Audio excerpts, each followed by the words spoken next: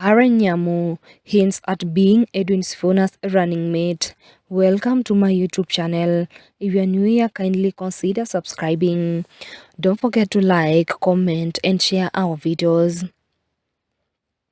Nyamu has taken aim at Edwin Sifuna, accusing him of chaining his political future to failed brands instead of carving out an independent path. She urged that his push for a united opposition is rooted in fear of President Ruto, not conviction, and claimed his rise was shaped by external interests. Nyamu even sketched a dramatic political timeline, projecting Sifuna's opposition leader in 2027, her presidential contender in 2032, and eventually her running mate in 2042, before handing her the presidency in 2052. Nominated Senator Nyamu has taken a swipe at embattled Orange Democratic Movement ODM Secretary General Edwin Sifuna, accusing him of tethering his political future to failed brands and retired political projects instead of chanting an independent path.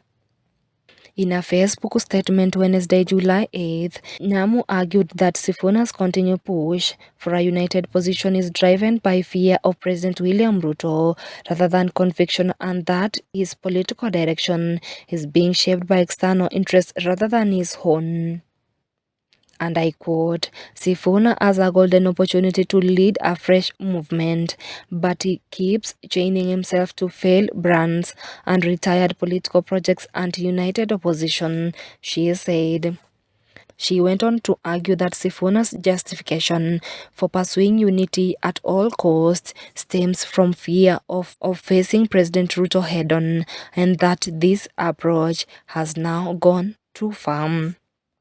According to Nyamu, if Sifuna truly wanted to establish himself as an independent political force, he could first need to step back from his current ambitions within ODM, a party she claimed he had already distanced himself from ideologically.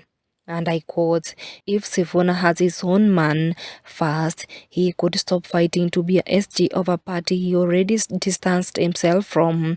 The project to divide ODM is not his, it belongs to his financier. Nyamu urged that rather than being drawn into unity politics, Sifuna could be better placed defining his own political ideas and allowing Kenyans to judge him on that basis, insisting that there was a room for a genuinely independent alternative. And I quote, instead, he could tell Kenyans what he stands for and let us weigh his ideas on their own merit. There are many Kenyans who could support a fresh, independent alternative. The senator then laid out what he described as a long-term political trajectory for Sifuna, suggesting that running independently could see him finish second to President Ruto in the 2027 general election and assume the role of official opposition leader between 2027 and 2032. A position, she said, could allow him to build a national movement while keeping the government in check.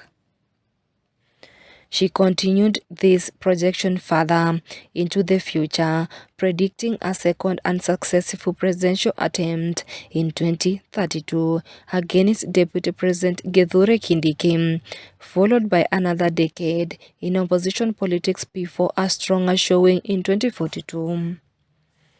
And I quote, he tries again in 2032 and loses to Kindiki, spends another decade as an opposition leader, growing politically and emotionally, and returns stronger in 2042, end of quote. It was at that point in her hypothetical timeline that Nyamu named herself as Sifuna's eventually running mate, declaring victory in dramatic fashion. And I quote, by then, he makes me his running mate. We win by 8 a.m. End of quote. Nyamu extended the scenario even further, suggesting that a Sifuna-Nyamu administration could build on the foundation laid by Ruto and Kindiki before eventually handing over power to him, making history in the process. And I quote, "We continue building on the foundation and achievements Ruto and Kindiki laid for the country, and in 2052, he gracefully hands over to me. Kenya gets its first woman president." End of quote. She rounded off her remarks by describing the scenario as a sound one, while also leaving the door open for other emerging leaders to pursue independent politics rather than aligning with established opposition coalitions.